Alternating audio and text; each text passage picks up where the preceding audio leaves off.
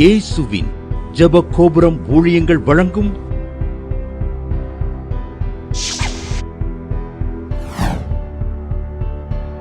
நம்பிக்கையிலே சந்தோஷமாயிருங்கள்.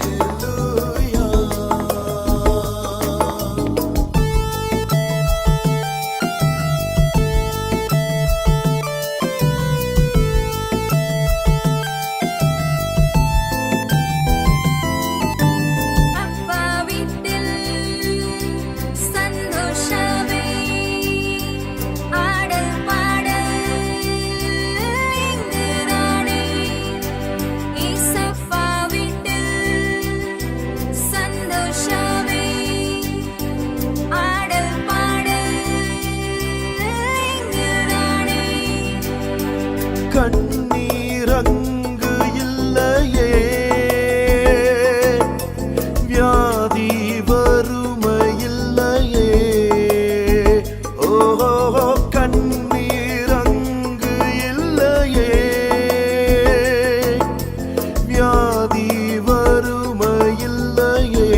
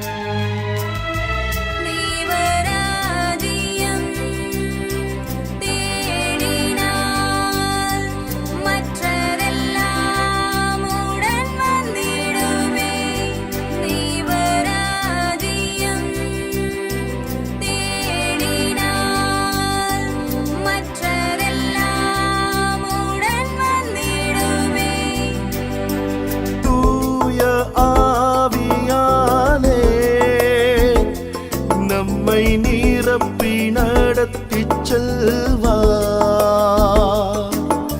தூய ஆவியாலே நம்மை நிரப்பி நடத்திச் செல்வார்.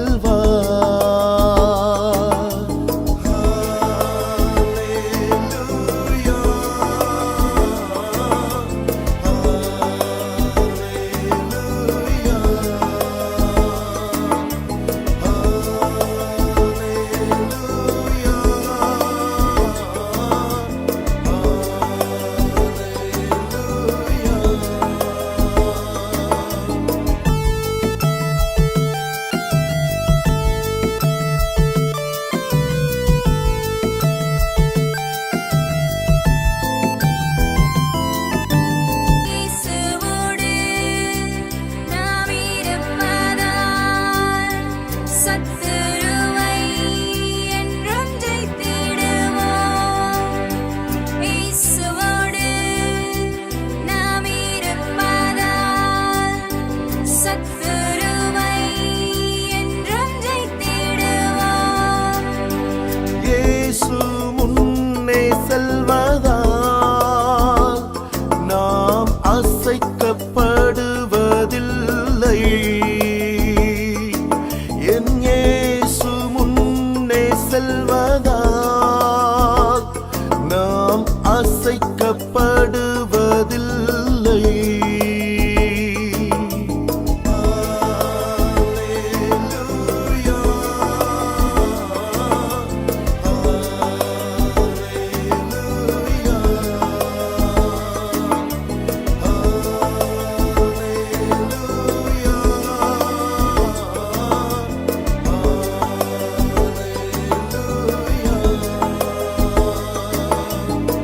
இதய விருப்பமெல்லாம் என் இயேசு நிறைவேற்றுவார். இதய விருப்பமெல்லாம் என் இயேசு நிறைவேற்றுவார். கவலைப்பட மாட்டேன், உம்மில் களி கூர்ந்து மகிழ்ந்திடுவேன்.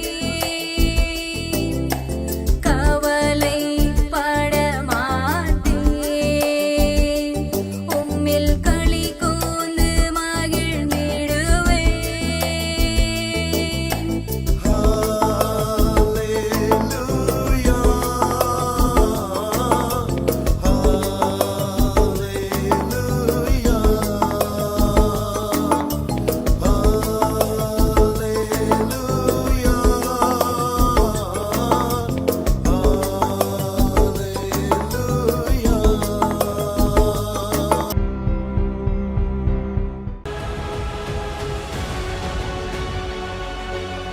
ஜெகன்கிறவங்க வெளிநாட்டுக்கு போகிறதுக்காக ஜெபம் பண்ணாங்களாம்.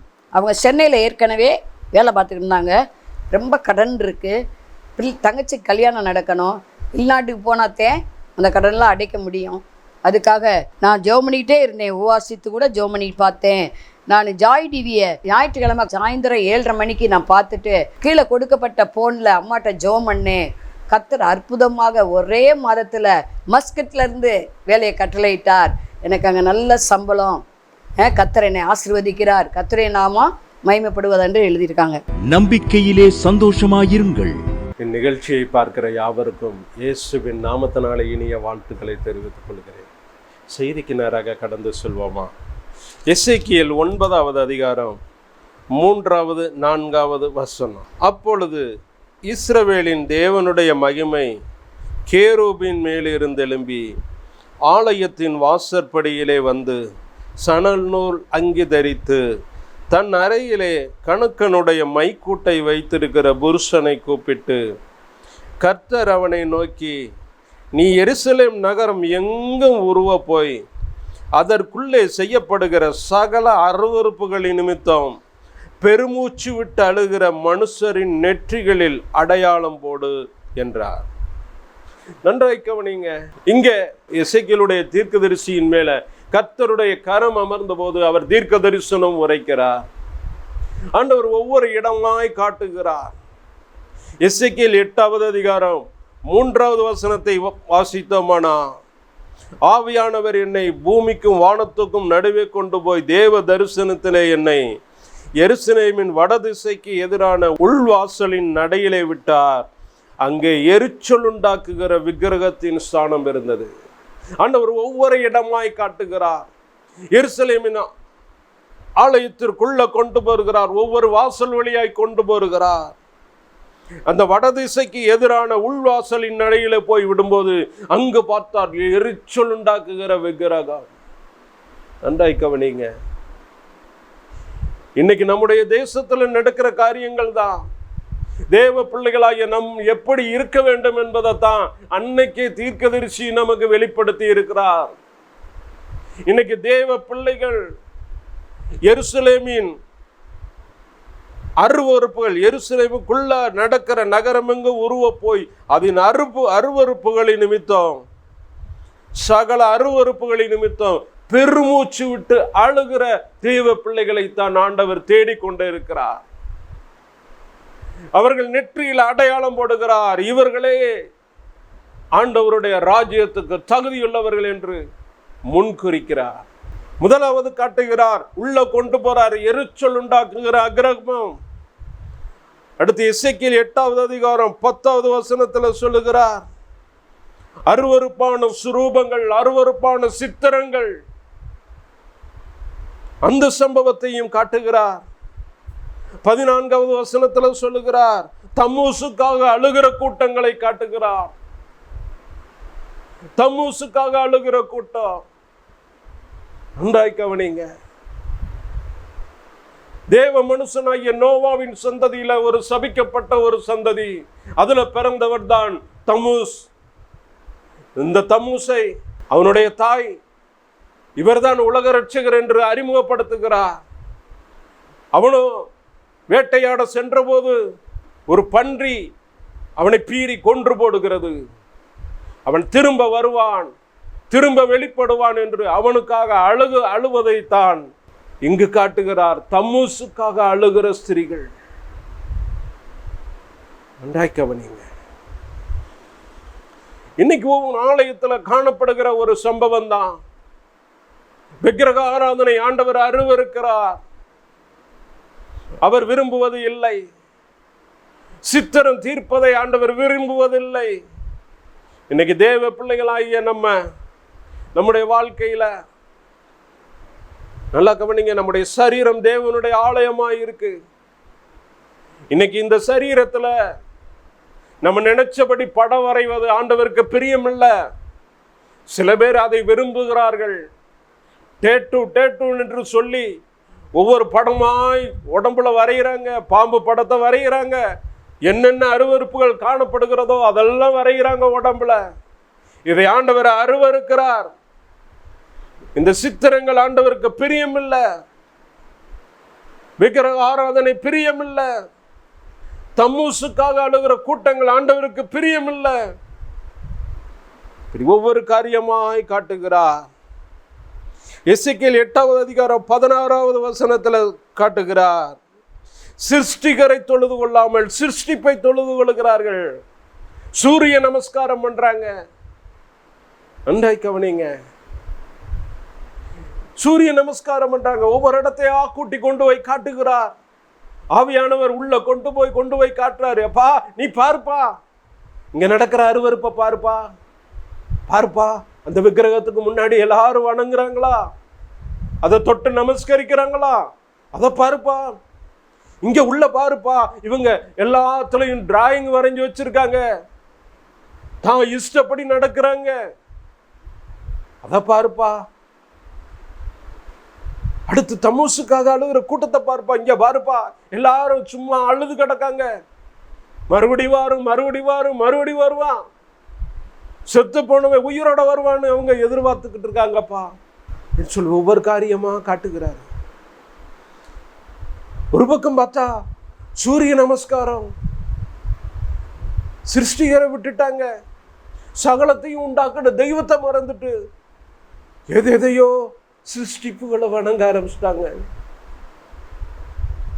இன்னைக்கு தேசத்துல நடக்கிற காரியங்களை தான் இந்த தீர்க்கதரிசி வெளிப்படுத்தி இருக்கிறார். இன்னைக்கு நம்முடைய தேசத்துல, நம்முடைய இந்திய தேசத்துல காணப்படுகிற அருவருப்புகள். அதனாலதான் சொல்றாரு, பாருப்பா. இன்னைக்கு ஒரு விக்கிரகத்தை தூக்கி கொண்டு போறாங்க, கூட்டம் எவ்வளவு சாரையா நடந்து போறாங்க. பாருப்பா, என் ஜனங்கள் அறிவில்லாமையினால் சங்கரமாகிறார்களே. ஆண்டவருடைய இருதயம் மங்கலாய்க்கிறது. ஆத்தும பாரத்தோடு ஊழியம் செய்கிறவளை ஆண்டவர் தேடுகிறார். ஒரு பாரம் வேணும். இந்த பாரத்தை தான் ஆண்டவர் எதிர்பார்க்கிறார். அதனாலதான் சொல்லுகிறார், போப்பா, கணக்கனுடைய மைக்குட்டை கொண்டு வர சொல்லி நீ போ. அந்த தேசத்தின் அருவருப்புகளின் நிமித்தம் பெருமூச்சு விட்டு அழுகிற ஒவ்வொருவருடைய நெற்றியிலும் நீ அடையாளம் போடு. அவங்க நெற்றியில நீ அடையாளம் போடுப்பா. யாரெல்லாம் ஆத்தும பாரத்தோடு ஏங்கி ஜெபிக்கிறார்களோ அவர்களுடைய நெற்றியில நீ அடையாளம் போடு. யார் தேசத்துக்காக திறப்பில நிற்கிறாங்களோ அவங்க நெற்றியில நீ அடையாளம் போடு. அடையாளம் போட சொல்லுகிறா, அடையாளம் போட சொல்லுகிறா. அதே போல அவர்கள் செய்கிறார்கள். அதற்கு பிறகு ஆண்டவர் சொல்லுகிறார், எப்பா அவங்கள மட்டும் வச்சுட்டு மற்றவங்களெல்லாம் காலி பண்ணு. நாளொன்று வருகிறது, கர்த்தரால் மீட்கப்பட்டவர்கள் ஆனந்த களிப்புடன் பாடி சியோனுக்கு வருவார்கள். ஆண்டவருடைய சந்நிதிக்கு முன்பாக காணப்படுகிறவர்கள் யார்? யாருடைய நெற்றியில் அடையாளம் போடப்பட்டு இருக்கோ, யார் ஆத்தும பாரத்தோடு காணப்படுகிறார்களோ, யாருடைய இருதயம் பெருமூச்சு விட்டு அழுகிறதோ அவர்கள் தேவ சந்நிதிக்கு முன்பாக காணப்படுவார்கள். அவர்கள் தான் விலையேறப்பட்டவர்கள். வெளிப்படுத்தின விசேஷத்துல சொல்லப்பட்டிருக்கு, இவர்கள் ஆட்டுக்குட்டியானவருடைய இரத்தத்திலே தோய்த்து வெளுக்கப்பட்டவர்கள். அந்த கூட்டத்தில் நாமும் காணப்பட வேண்டும். இதுதான் ஆண்டவர் இன்னைக்கு கொடுக்கிற செய்தி. அந்த கூட்டத்தில் நம்மளும் காணப்படணும். தேவ சந்நிதிக்கு முன்பாக குற்றமற்றவர்களாய் கரை இல்லாதவர்களாய் நாமும் காணப்பட வேண்டும். நாம் அப்படி காணப்பட வேண்டுமானா நம்முடைய நெற்றியில ஒரு அடையாளம் போடப்பட வேண்டும். இந்த அடையாளத்தை ஆண்டவர் கண்ணோக்கி பார்ப்பார். ஏன் பிள்ளைப்பா சந்தோஷமாய் பார்ப்பார். நம்முடைய கண்ணீர் துளிகள் ஒவ்வொரு துளிகளுக்கும் ஆண்டவர் பலன் அளிக்கிறவர். நன்றாய் கவனிங்க. இதுதான் தேவ பிள்ளைகளுடைய வாழ்க்கையில ஒரு ஆசீர்வாதத்தை கொண்டு வரும். ஏனோ தானோன்னு வாழ்ந்தோம், என் குடும்பத்துக்காக ஜெபிச்சோம், என் குடும்பத்துக்காக அழுதோம், இது ஒரு பொருட்டே அல்ல. ஒரு ஆத்தும பாரத்தோடு ஜெபிக்கிறவர்களை ஆண்டவர் தேடுகிறார். அதனாலதான் சொல்லுகிறார், எருசலேம் நகரம் எங்கு ஊர்வ போய் அதன் அருவருப்புகளின் நிமித்தம் பெருமூச்சு விட்டு அழுகிற ஜனங்கள் மேல் நீ நெற்றியில அடையாளம் போடு. இன்னைக்கு இயேசு அப்படித்தான் இன்னைக்கு நம்மளை பார்க்கிறாரு. யாரெல்லாம் ஆத்தும பாரத்தோடு அழுது ஜெபிக்கிறோமோ நம்முடைய நெற்றியில் அடையாளம் போடப்படும். நம்முடைய ஜெபங்கள் உடனே அங்கீகரிக்கப்படும். நம்முடைய ஜெபத்திற்கு உடனே பதில் கிடைக்கும். தேவ மனுஷனாகிய தானியேல் தன்னை ஆண்டவருக்கு முன்பாக தாழ்த்தினார். ஆண்டவரே, நாங்கள் பாவம் செய்தோம், எங்க ஜனங்கள் பாவம் செஞ்சாங்க, மன்னிங்க என்ற ஆண்டவருடைய சமூகத்துல பெருமூச்சு விட்டு அழுதா. அதனாலதான் தானியேலுடைய ஜெபம் கேட்கப்பட்டது. தானியேலை குறித்து காவிரிகள் தூதன் சொல்லுகிறார், நீ மிகவும் பிரியமானவன். இன்னைக்கு உங்களை என்னையும் ஆண்டவர் பிரியமானவனாய் பார்க்க வேண்டுமானா நமக்குள்ள ஒரு பெருமூச்சு விட்டு அழுகிற ஒரு குணம் நமக்கு வேணும். எல்லாரையும் போல எல்லா கூட்டத்தையும் பார்த்து ரசிச்சே என்று நாம் நினைக்காதபடி இனி நம்முடைய இருதயம் பாரப்படணும். ஒரு ஆத்தும பாரத்தோடு பாரப்படணும்.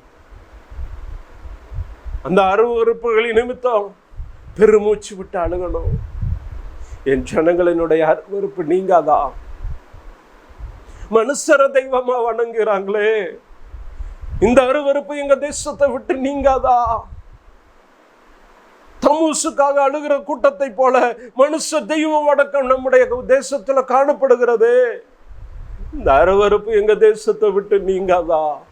எங்க தேசத்துல காணப்படுகிற சிறு பிள்ளைகள் முதற்கொண்டு இந்த டேட்டுவுக்கு அடிமையாகிட்டாங்களே. தங்கள் உடல்ல சித்திரம் வரைவதும் சிவத்துல சித்திரம் வரைவதும் காணப்படுகிறதே. இந்த அருவருப்புகள் எங்க தேசத்தை விட்டு நீங்காதா? விக்கிரக ஆராதனை எங்க தேசத்தை விட்டு நீங்காதா? தங்கள் கையின் கிரியைகளை எல்லாம் தெய்வமா நினைக்கிறாங்களே. சிருஷ்டிகரை விட்டு சிருஷ்டிப்பை தொழுது கொள்ளுகிறாங்களே. இந்த அருவருப்பு எங்க தேசத்தை விட்டு நீங்காதா? இந்த ஆத்தும பாரம் இருக்கும் போதுதான் நம்முடைய நெற்றியில் ஆண்டவர் அடையாளம் போடுகிறார். இன்னைக்கு அப்பா நம்முடைய முகத்தை தேடிக்கொண்டு இருக்கிறார். யாரெல்லாம் ஆத்தும பாரத்தோடு இயங்குகிறோமோ அவர்களை தேடிக்கொண்டு இருக்கிறார். அவர்களுடைய நெற்றியில் அடையாளம் போடப்படுகிறது. அவர்களுடைய ஜெபம் அங்கீகரிக்கப்படுகிறது. இவர்கள் கர்த்தருடைய பார்வையில விலையேறப்பட்டவர்களாய் காணப்படுகிறார்கள். கவனிங்க, தானியேலை குறித்து சொல்லுகிறார், நீ வேண்டிக் கொண்ட போதே உன் வேண்டுதல் கேட்கப்பட்டது. இன்னைக்கு நம்ம ஜெபிக்கிறதுக்கு முன்பாகவே நம்முடைய ஜெபம்லாம் ஆண்டவர் அங்கீகரிக்கிறார். இந்த குணம் நமக்கு வேணுங்க.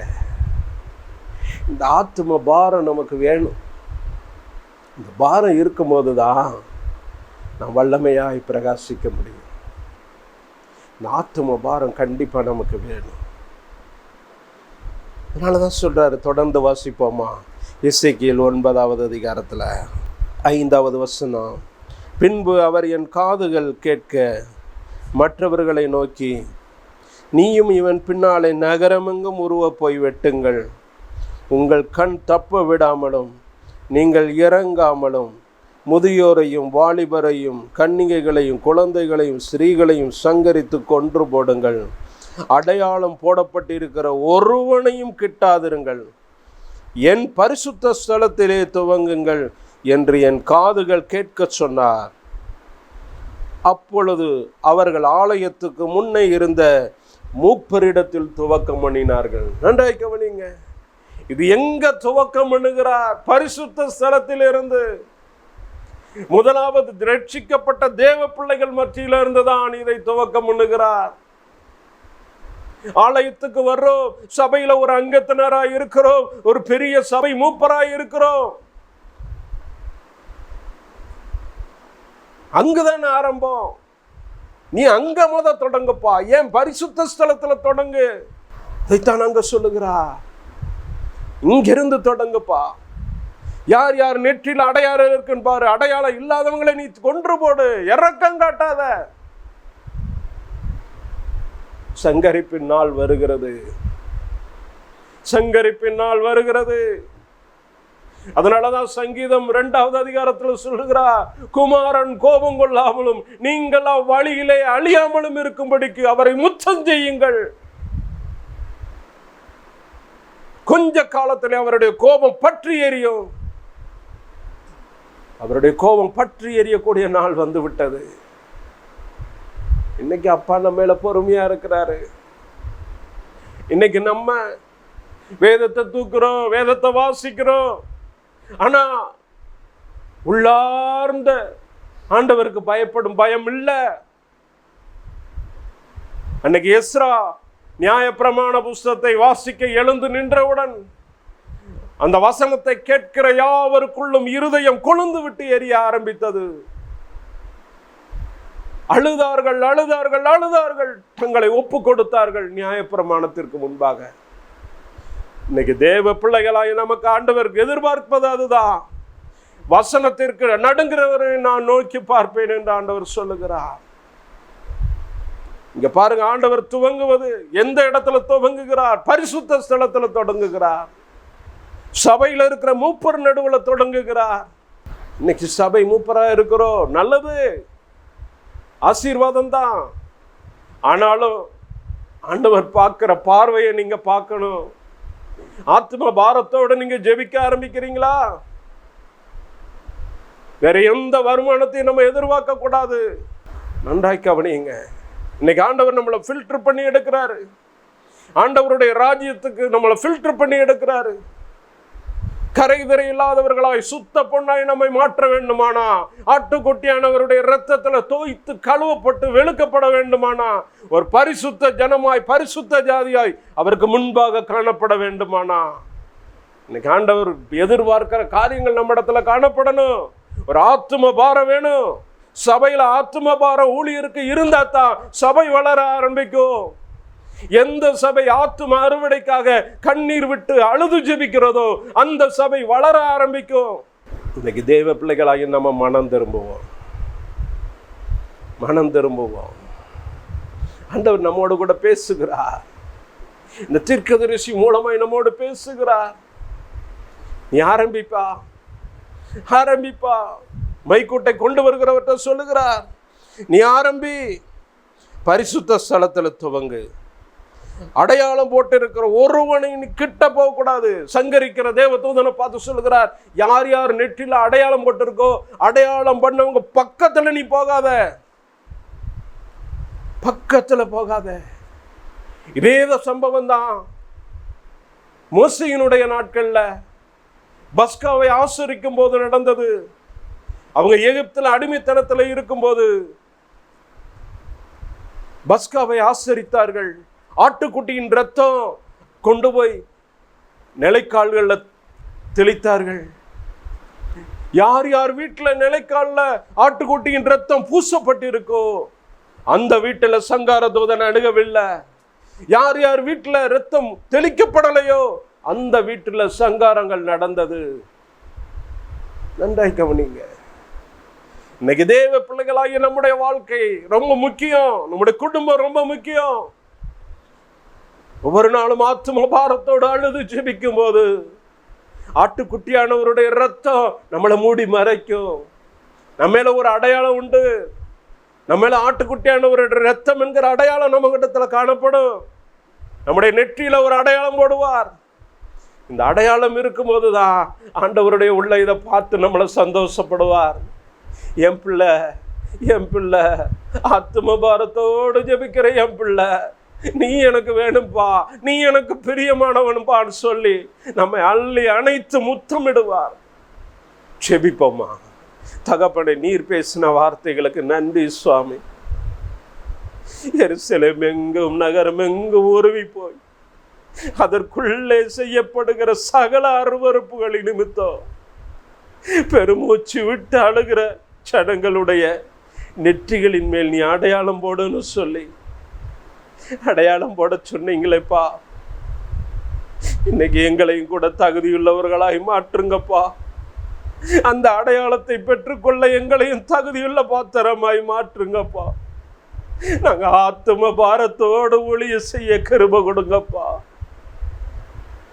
ஏதோ பணத்துக்காக நாங்க ஊழிய செய்யக்கூடாதுப்பா. பதவிக்காக ஊழிய செய்யக்கூடாது. வசதிக்காக ஊழிய செய்யக்கூடாது. ஏதோ ஒரு ஆசீர்வாதம் கிடைக்குமேங்கிறதுக்கு ஊழிய செய்யக்கூடாதுப்பா. ஒரு ஆத்தும பாரத்தோடு ஊழிய செய்ய கிருபை கொடுங்கப்பா. அப்பா, உமக்கு நன்றி சுவாமி. நன்றி அப்பா. கேட்டுக்கொண்டு இருக்கிற ஒவ்வொருவர் மேலும் உங்களுடைய தெய்வீக பிரசன்ன மகிமை இறங்கட்டும் ஐயா. குறைகள் குற்றங்களை மன்னிங்கப்பா. உங்களுடைய இரத்தத்தினால கழுவி பரிசுத்தமாக்குங்க. இயேசுவின் நாமத்தில் கெஞ்சி கேட்கிறோம் நல்ல பிதாவே. ஆமென், ஆமென். மாணவர்களே, அதிசய கல்வாரி ஊழியங்கள் மூலம் ஒவ்வொரு மாதமும் தேவனால் எல்லாம் கூடும் பத்திரிகையை நாங்கள் வெளியிடுகிறோம். தேவ சமூக பாடல்கள் DVD, ACD இந்த பாடல்களை நாங்கள் வெளியிடுகிறோம். அதிசய கல்வாரி ஊழியம் இது தீர்க்க தரிசன ஜெப ஊழியமாக நடைபெறுகிறது. இந்த ஊழியங்களுக்காக ஜெபிக்க, காணிக்கையை அனுப்ப தாங்க மறவாதிருங்கள். ஜெபிக்கிற, கொடுக்கிற, உழைக்கிற உங்கள் ஒவ்வொருவரையும் ஆண்டவர் தாமே ஆபிரகாமை ஆசீர்வதித்தது போல சகல விதத்திலும் உங்களை ஆசீர்வதிப்பாராக. ஆமென். அன்பிற்குரியவர்களே, இந்த ஊழியத்தை உங்கள் காணிக்கைகளால் தாங்குபவர்களின் கவனத்திற்கு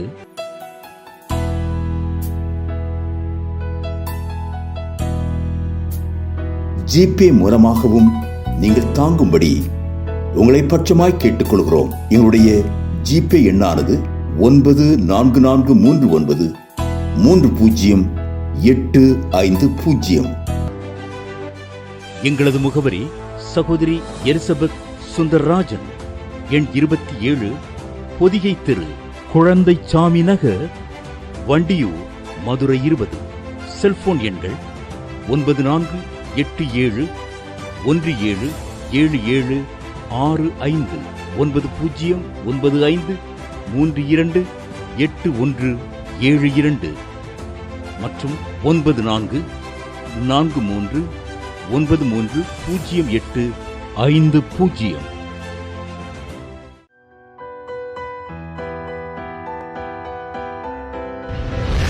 கர்த்தர் உங்களை ஆசீர்வதிப்பாராக.